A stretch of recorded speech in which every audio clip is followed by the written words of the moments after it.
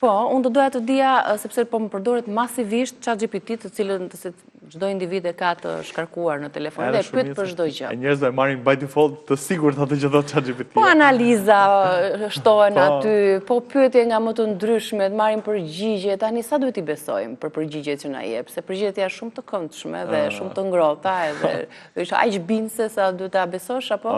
Unë gjithmonë qoftë edhe për analizat, për shembull. Bëra një provë, më ka sqaruar, Tomi nuk e ke iden, çfarë më ka thënë? Jo, e vërtet është. Por edhe unë me këtë mendim si ju jam, por që në përgjithësi e bëj dhe fact check. Domethënë, vërtet më tha këtë gjën, po. Doktori, çfarë do thotë për këtë gjën? Domethënë, se ti vërtet informohesh, por edhe në fund ChatGPT-ja thotë që ne mund të bëjmë gabime, edhe kështu që duhet i verifikoni faktet.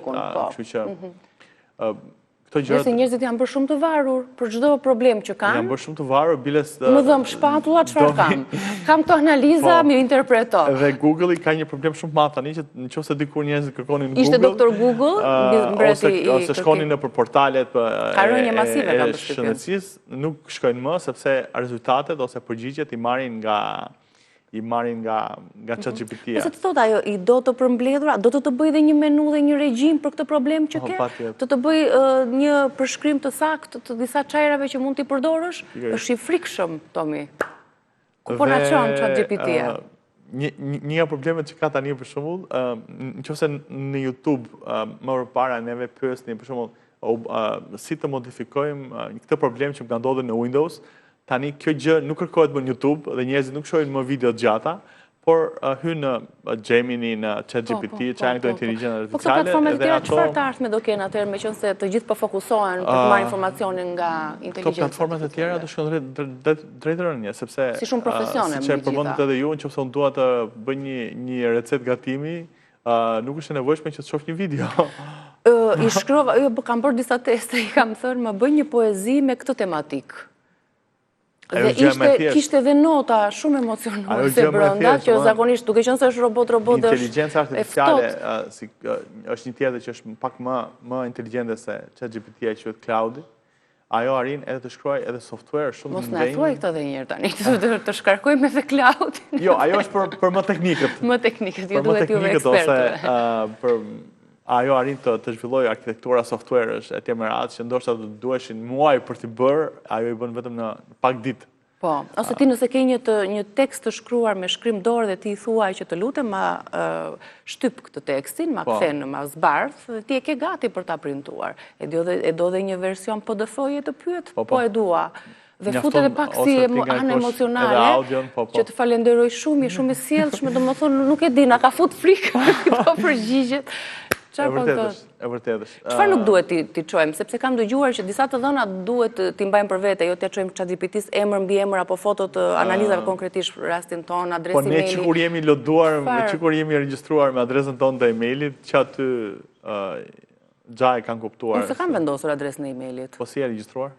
Thjesht e kam shkarkuar në Play Store. Nuk të ruan historik? Jo. Okej. Jam treguar e zgjuar?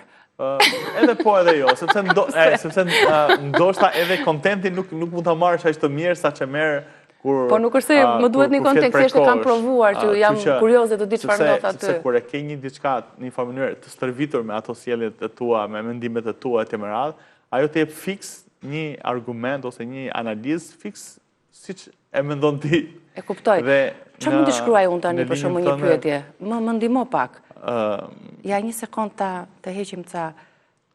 Më thuaj çfarë mund t'i kërkoj chatit që të ndihmoj dhe kamerat ta tregojmë për publikun. Një pyetje që mund t'i bëj. Ne mund t'i themi më bëj një poster për recetën, më gjeneroj një poster për recetën e baklavas. Poster për po pse baklavar më. Po mirë, me kjo merrti në mendje. Ose shkoj çfarë duash. Mire kam se kam ekranin pak. Ja, po e bëjmë gati. Po bëjmë gati. Se nuk ka shanse ta ketë vënuar ndonjëherë kaq shumë një. Jo, tani po gjeneron një imazh. Po gjeneron një imazh për një poster. Domethënë, ti në një mënyrë tani mund të bësh një libër recetash. Me këto posterat që printohen, që gjenerohen nga ChatGPT-a, dhe mund të bësh një libër recetash të dizenjuar, të ilustruar me... Po e krijon imazhin. Po do t'i bëj edhe një pyetje tjetër tani. Po jo, prit ta gjeneroj atë dhe... Ja. Se është shumë interesante. Për shembull, kjo është në kontekstin e grafikës e dizajnerëve të merat, ose ty do duhesh të flisje me një dizajner të ta bënte këtë gjë e të merat. Tani kjo gjë shkurton kohën, parat, e ke gati. Sidomos për një small business, tani korporatat që duan një farë niveli cilësie grafiku e të merat. Mund të marrim një moment, po deri në fund do ta nxjerrim një poster të tillë, se ndoshta edhe pyetja ishte pak më e vështirë. Sepse ajo po dizenjon gjithë recetën me gramaturat, me detajet e të merat dhe... Si po ecë? Ja.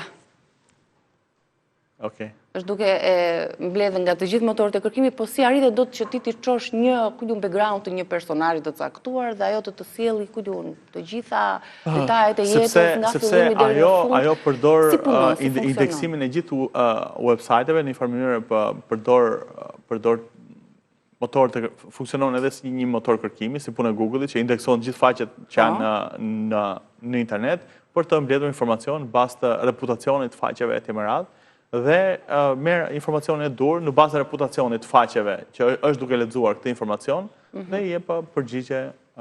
Po, domethënë nëse ti shkruan dhe emrin tënd, për shembull të gjen dhe kë si prindër nga je. Jo, nuk e besoj atë. Nëse ti nuk i ke bërë këto gjëra publike, ajo nuk i gjen dot. Nuk i gjen dot. Ka gjëra që edhe nuk i gjen inteligjenca, po ajo bazohet mbi gjërat publike dhe jo mbi gjërat jo publike. Gjithsesi, për të ruajtur një lloj privatësie, çfarë duhet të kemi kujdes që nuk duhet t'i çojmë me foto ose çfarë të dhënash përveç privatësie? Tani në një farë mënyre... Dhe cili është rreziku në fakt, nëse kur të japim. Një rrezik po presim që të futen reklamat brenda në ChatGPT. Doli receta. Doli receta, ta shikoj. Baklava, recet, imazhi fiks, do më thonë që ti do ta vendosësh këtë posterin në një dyqan. Po. Në një dyqan, do ta printosh këtë me ngjyra dhe kaq. Ose printon me ngjyra, ose mund të bësh një libër. Ose mund të bësh një libër. Me receta të ilustruara. Me receta të ilustruara. Pra, ti mund t'i kërkosh ChatGPT-s. Tani imagjinata është më e rëndësishme se dia në këtë momente që jemi. Miri pas ka edhe gramaturat përbërësit, ara, gjalp, sheqer, kanel, baklava, bukur fort. Edhe udhëzime, edhe baklavan që gatoj. Ose këtë poster mund ta marrin, ta postojnë në social media, një portal gatimi, për shumë. Po ta bëjmë një poster me gjitha recetat që bëm sot ne, foto përkatëse dhe na e montojmë. Ju mund t'i kërkoni që për emisionin e sotëm që ne folëm bashkë, më gjeneroj një thumbs, që janë ato të YouTube-it, për tematikën e rëmbimeve digitale. Do ta provojmë, do ta shohim. Ta postojmë.